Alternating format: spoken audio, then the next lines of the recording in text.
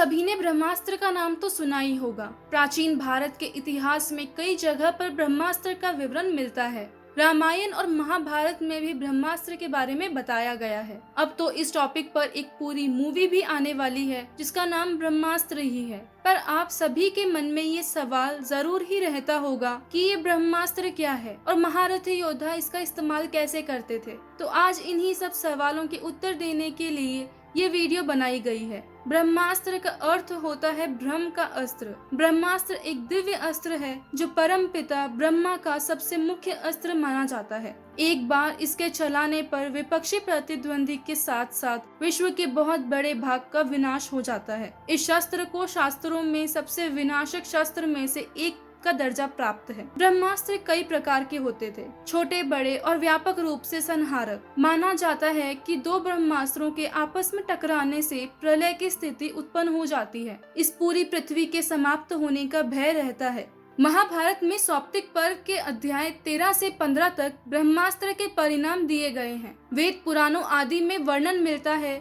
कि जगत पिता भगवान ब्रह्मा ने दैत्यों के नाश के लिए ब्रह्मास्त्र की उत्पत्ति की थी। लाखों साल पहले की बात है, जब असुर और देवताओं में युद्ध हो रहा था। देवता घबराकर ब्रह्मा जी के पास मदद मांगने जाते हैं। तब ब्रह्मा जी देवताओं को ब्रह्मास्त्र देते हैं जिसकी मदद से वो युद्ध जीत जाते हैं। वक्त के साथ साथ ब्रह्मास्त्र देवताओं से गंधर्वों के पास पहुंच गया और फिर गंधर्वों से मनुष्य के पास भी ब्रह्मास्त्र का ज्ञान आ गया। अगर आपको रामायण का ज्ञान है तो आपको पता ही होगा कि रावण का वध भी श्री राम जी ने ब्रह्मास्त्र की मदद से ही किया था। ब्रह्मास्त्र को ब्रह्मा जी ने धर्म की रक्षा के लिए बनाया था। इसलिए जब भी कोई अधर्मी महाभारत युद्ध में ब्रह्मास्त्र का उपयोग करता तो ब्रह्मा जी खुद आके समझाते थे कि ब्रह्मास्त्र का उपयोग सिर्फ धर्म की रक्षा के लिए करो। महाभारत में वेद व्यास जी बताते हैं, ब्रह्मास्त्र सिर्फ जीव को खत्म नहीं करता, वे पूरा जीवन ही खत्म कर देता है। जहाँ भी ब्रह्मास्त्र का उपयोग किया जाता है वहाँ पर 12 साल तक जीवन संभव ही नहीं है। वहाँ 12 साल तक कोई पेड़ नहीं उगता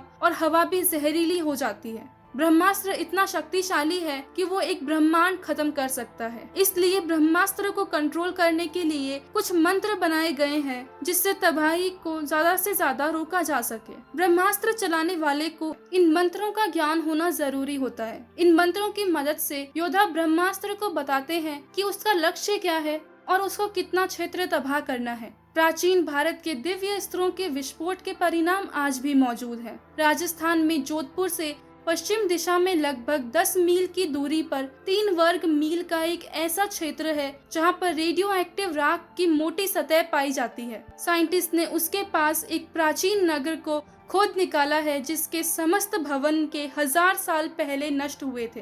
ब्रह्मास्त्र के अलावा और भी दिव्य अस्त्र हैं जो ब्रह्मास्त्र से अधिक शक्तिशाली हैं, जिनके बारे में हम आपको नेक्स्ट वीडियो में बताएंगे। जब तक के लिए जय श्री राम।